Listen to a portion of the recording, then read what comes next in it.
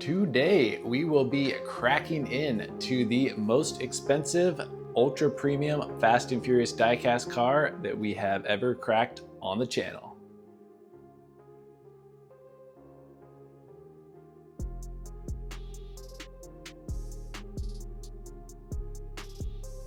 That is right. Today we have the PGM 1 model ultra premium diecast here of Brian's R34 Skyline from Too Fast, Too Furious. So this one is one of the manufacturers I'm also not too familiar with, don't know a whole lot about it, kind of similar to like the Time Micro and all of those other ones. But this one was around the $70 price point, which is definitely more expensive than all the other ones. The Time Micros are usually around the $30 price point, but this one has some pretty cool features that most of the other ones don't. And so that is what really drew me to it. Here is one of the cool things it came with. It came with a little R34 pin, but you can actually use this tool to open opening features on your diecast models. So if you have any of these ultra premiums or other models and you are like me and struggle to get the hood and stuff open, that is what this is for. So you can see it has the PGM logo there, but then the front here is used to open up like hoods or doors on your models. Feels like a nice soft plastic. So that is a pretty cool addition. Then here in your standard acrylic case, we have the Skyline, and you can see came with some extra little goodies. So let's get this bad boy cracked open a little further here. So I am currently way far behind on videos. I'm looking over to the side. I have 8 more Fast and Furious Ultra Premiums that still need to be unboxed, and we will for sure be getting into those. Oh cool, it has like a little like dust cover over it. That's cool. So this one does not come with a figurine like most, but it does come with a 1/64th scale RB26 engine. Try to get a close-up look here without getting too much of my hand in there. But you can see it comes with the engine and the transmission. See a lot of the details there with the, I believe, the turbos, intakes, valve cover. I mean, definitely some pretty cool details on here. So trying to figure out, I do have, if you can see in the background, right, where is it? Actually, it's back over here. I do have a little like engine hoist. So it'd be cool to try to fix this up to that, just to add some more realism to the garage. But here for the main meat and potatoes of this unboxing, let's check out remove the dust cover here from the R34 and get a closer look. I'm curious how this one comes off the stand. So it does have black wheels, which is not the most movie accurate, but everything else is looking pretty dang good. Is this numbered? So this is numbered out of 999 and we got 735. So here on the nameplate, you can see PGM, and one model has Nismo R34 Z-tuned. And this one has a lot of movable parts that I really want to show off to you guys. So let me get this off the base and we will get a more detailed look. So we'll take the first close-up look here just in its stock form with nothing opened. And when I was taking this off the base, and the details are very, very good. A lot of stuff that you can't see right now that I saw, and very, very impressed. So the only one I have right now of this quality level to compare it to would be the Time Micro, which I will throw them up on the turntable here at the end to get a good comparison. I do really wish it had the movie accurate color wheels, because the rest of this car is so dang good. All the graphics, the striping is correct.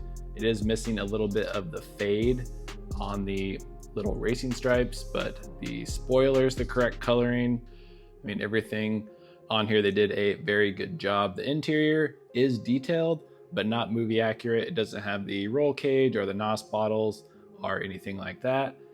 So not movie accurate, but just the level of detail, I would say, is very, very good. And let's see if we can put our tool to use here. See if we can get the hood open. And there we go. And so there we go. The tool did come in handy there on the hood. Engine bay looking pretty good here. See the strut tower, the dual intakes there.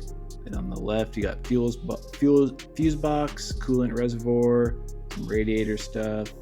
Definitely looking good. Headlights, got some nice lensed headlights, and then a bunch of nice grills and stuff fully seated in there with mesh. Looking really good. But that is not the end of the opening parts. That is right, both doors open. So try to get you some shots in here, but it is very hard just because it's so small. But very good pedal detail. I mean, the door cards are done, steering wheel. I can see the shift knob, the e-brake. Like I said, it is very hard for me to try to have you guys see this on camera, but I guess you'll just have to kind of trust me on that. It is very good. Here on the back, you can see the coloring on the headliner for the rear seats, or the headrest on the rear seats. You have like the defrosters running on the back window. I mean, just super crazy. And we have a opening trunk as well. Nothing going on in the trunk. I can really see, I don't see any amplifier or anything like that, but still 4 total moving parts on here.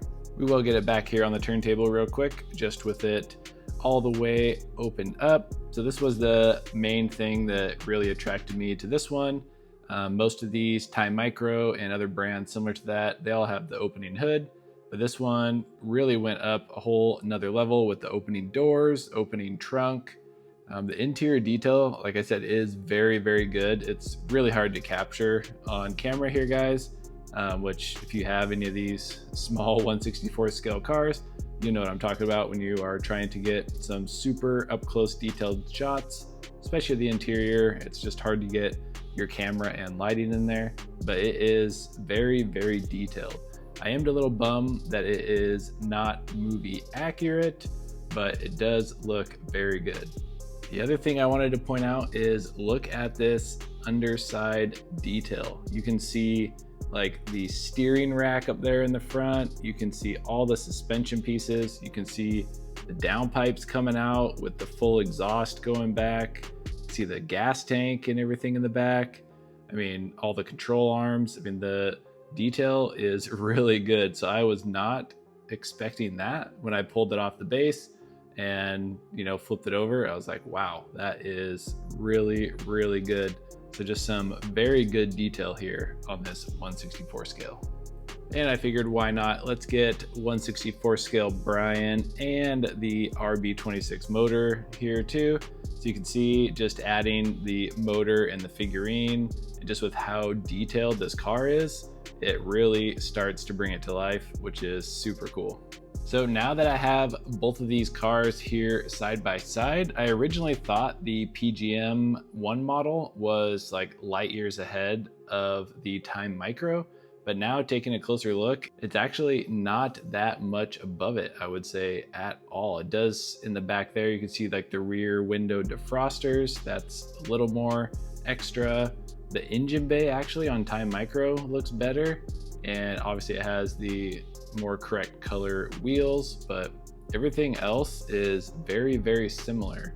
And interestingly enough, the Time Micro also has like the red accent on the seats, which kind of makes me think that these are probably coming from fairly similar manufacturing sites, just because they are so similar. But very cool comparison. Also, the Time Micro does somewhat roll, like not good, but it will kind of roll, where the PGM model does not roll at all. It is completely static. But seeing these two next to each other, like I said, I thought there was going to be a huge difference in them, and they are actually pretty close. but the moving parts on the PGM is pretty cool. The Time Micro does come with a minifig, but then on the other hand, the PGM does come with the full RB26 motor, but it is like double the price. So definitely hard to justify, but if you are a Fast and Furious nut like myself, then you will probably want both of them. But I think I would probably give my overall recommendation for the Time Micro if I had to. All right, that is gonna wrap it up here for today's video. I did wanna do my outro here in the new diorama garage that we have. I'm still waiting on a couple more accessory pieces to come in, but just thought I would give you a quick preview. I know I've kinda had some little teasers out on some shorts and some photos, but this here is hopefully gonna be like a new kind of filming area, but mainly used for like some photography and probably some shorts. But I have a bunch of really cool stuff coming for this, and I will do a full video review and kind of show you everything I got, where I got it from, once everything comes in the mail. Still waiting on a couple pieces, but yeah, just wanted to bring you guys over here real quick for the outro. So be sure to like, comment, and subscribe, and we'll catch you on the next video. Peace.